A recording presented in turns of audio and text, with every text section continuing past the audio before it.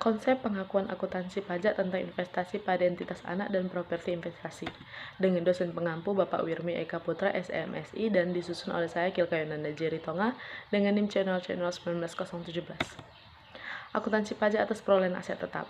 Penentuan harga perolehan aktiva tetap sangat penting karena harga perolehan menjadi dasar untuk menghitung besarnya biaya penyusutan tiap-tiap tahun. Adapun ketentuan sesuai dengan pasal 10 UU PPH menentukan harga perolehan aktiva tetap sebagai berikut. 1. Harga perolehan atau harga penjualan dalam hal terjadi jual beli harta yang tidak dipengaruhi hubungan istimewa adalah jumlah yang sesungguhnya dikeluarkan atau diterima, sedangkan apabila terdapat hubungan istimewa adalah jumlah yang seharusnya dikeluarkan atau diterima.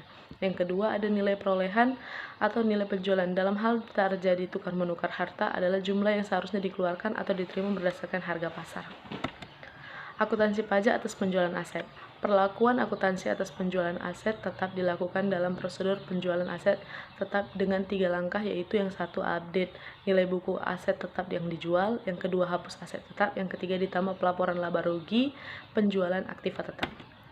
Akuntansi pajak atas sewa aset tetap dalam KMK 1169/KMK 01/1991 dirumuskan bahwa sewa guna usaha atau SGU adalah suatu kegiatan pembiayaan dalam bentuk penyediaan barang modal baik secara SGU dengan hak opsi atau finance lease maupun hak tanpa hak opsi operating lease untuk dipergunakan oleh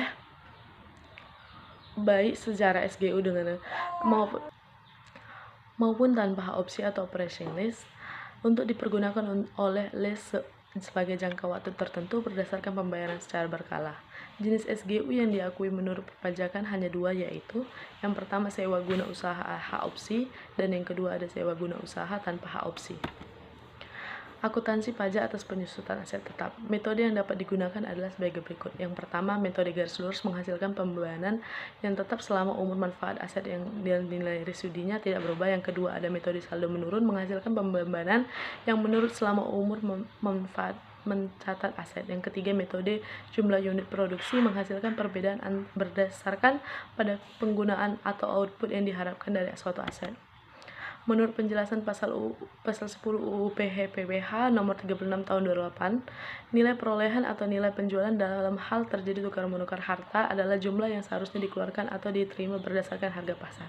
Harga yang diperoleh berdasarkan transaksi tukar menukar dengan antar harta lain, maka nilai perolehan atau nilai penjualannya adalah jumlah yang seharusnya dikeluarkan atau diterima berdasarkan harga pasar. Selisih antara harga pasar dengan nilai sisa buku harta yang dipertukarkan merupakan keuntungan yang dikenakan pajak.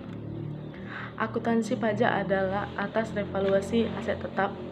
Tujuan revaluasi adalah agar nilai yang tercantum di dalam buku perusahaan laporan keuangan perusahaan sesuai dengan nilai wajar yang berlaku pada saat dilakukan revaluasi. Revaluasi aktiva tetap dapat digunakan sebagai sarana bagi pemerintah dan Direktorat Jenderal Pajak untuk meningkatkan penerimaan negara yang berasal dari pajak penghasilan badan. Sedangkan bagi wajib pajak sendiri menilai kembali aktiva dapat dijadikan sebagai sarana untuk melakukan perencanaan perpajakan dengan tujuan untuk menghemat pembayaran pajak penghasilan badan.